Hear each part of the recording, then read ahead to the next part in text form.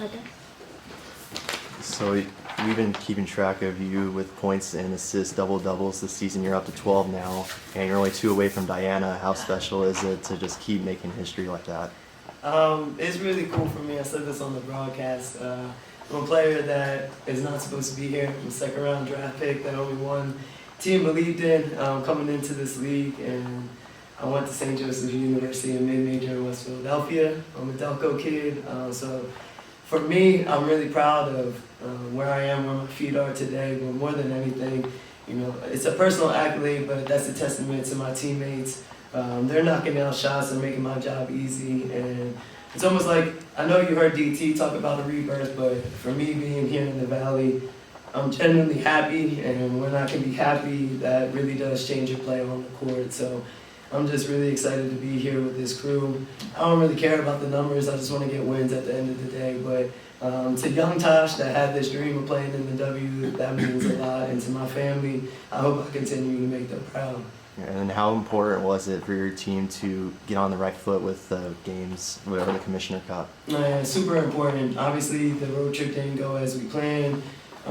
You know, we were just talking about it on the walk over here. There's no excuses for it. Everyone's going to have to go through that long stint. But we also need to talk about 5 games in 8 days. It's kind of crazy. But to get back here, be at home, get back on track with our fans, protect home court, that was our mission today, and that's what we were focused on. So the resiliency of this team is what I'm most proud about, to go 0-3 and to come back and not hang our heads and not, you know, little woe me. We came in today knowing that we had to get this one, and hopefully we can continue to rack them up. We're going on the road again. Scheduling just doesn't make sense, but we're on the road again tomorrow, so we're going to try to get one on the road and start being road warriors, because that's the most important ones. And then my last question is, Diana had 31 points tonight. Is that just by vintage Diana Taurasi right there? Yeah, absolutely. And you know, I think none of us were extremely happy with our play over the weekend when we were on the road, especially how we finished in minis. So coming back, we were just all focused on being more aggressive today. That confidence to continue shooting and letting that thing fly. DT has just been really solid for us, and I said this to her at the end of the game. I know that's who she is. She's been playing 20 plus years, but she's been our consistency. Even when shit hasn't been going right on the road, she's been our poise, the consistency that we needed, keeping our energy up, keeping everyone locked in. So not only does she show up on the stat sheet, but she shows up where the stat sheet doesn't show as well. Natasha, after one of her threes that you assisted on, she kind of gave you like the Jordan shrug. Man.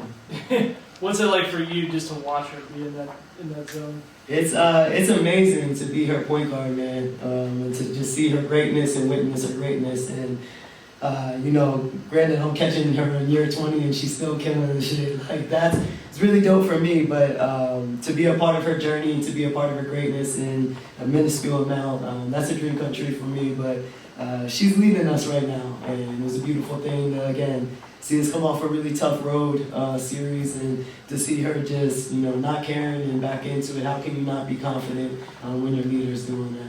Natasha, how you doing? What's up, my guy? I'm good. H you. You already know it. Looking ahead a little bit, later this week, gun safety awareness theme night coming up. And I know you're back in D.C., you organized team-wide media blackout with bullets at Henley and you know, called out Mayor Bowser. Why are you so passionate about gun reform?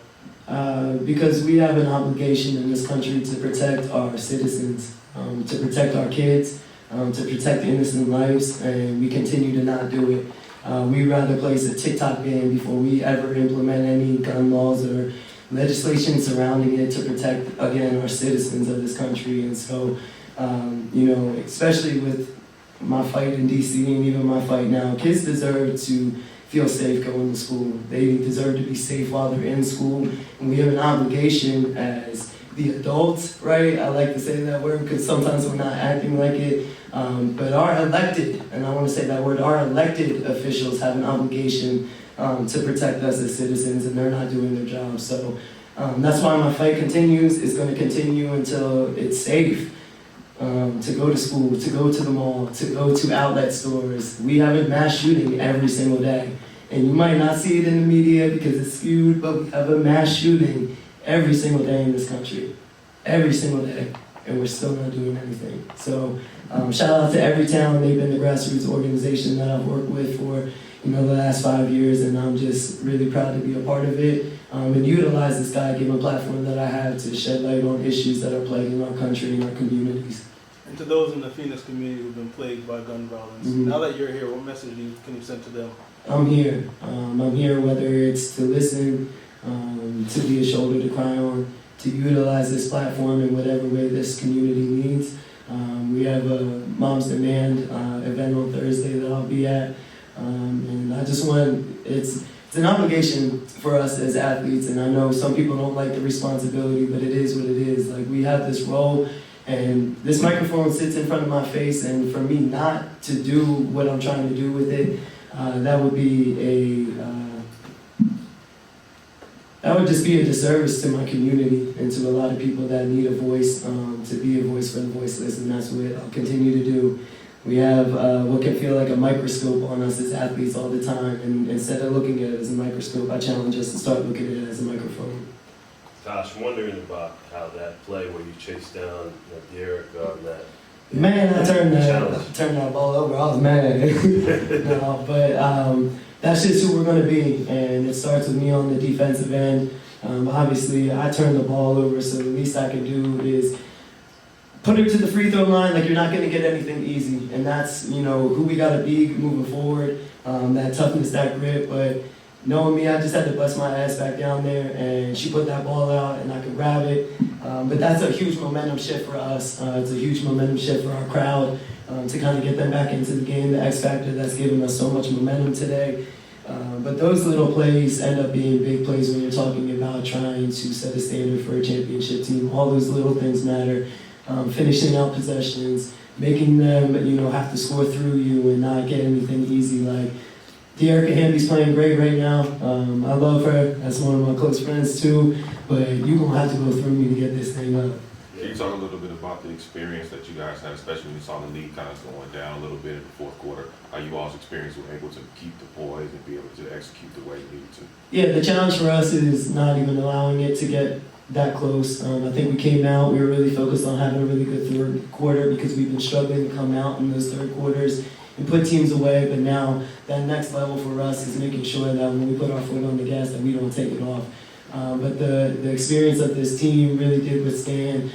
Big plays on the defensive end for us, big plays on the offensive end down the stretch. And these situations, that experience is going to carry over when we peak and when it really most matters at the end of the season. You all held them to 7 points in the second quarter. How much does your chemistry with each other and your comfortability on the court help with making sure those rotations are where they need to be and holding your team to less than 10 points in a quarter? Yeah, if anything, I think the chemistry off the court is what really carries and translates onto the court. And this team really does get along. We enjoy being around each other.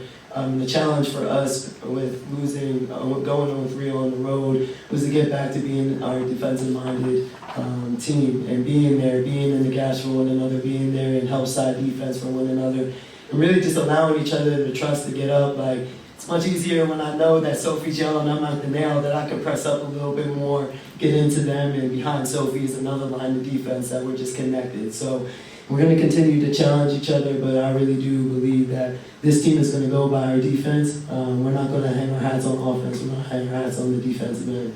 Do you look forward to guarding players that are bigger, taller than you? I do. Let me take the mic. If y'all leave me off the defensive team this year, I'm going to lose my mind. I'm guarding 1 through 5. 1 through 5. But that's, I love that. I've always been a defensive-minded player. I think it's a testament to my Philly roots too, which is I take that challenge and I love it. I love going up against De'Erica. I love going up against Asia. I love going up against whoever is the best opponent on the other team. And that's a role I want to take for this team. And when you talk about understanding who you are and what you're meant to be for this team, that's who I am. I'm supposed to be the point guard first. Defense, then the point guard, and if I score on nights, that's cool too. But my main focus is to be that dog on the defensive end and really challenge us to just get into people and be that kind of dog team. Last one. I'll take one.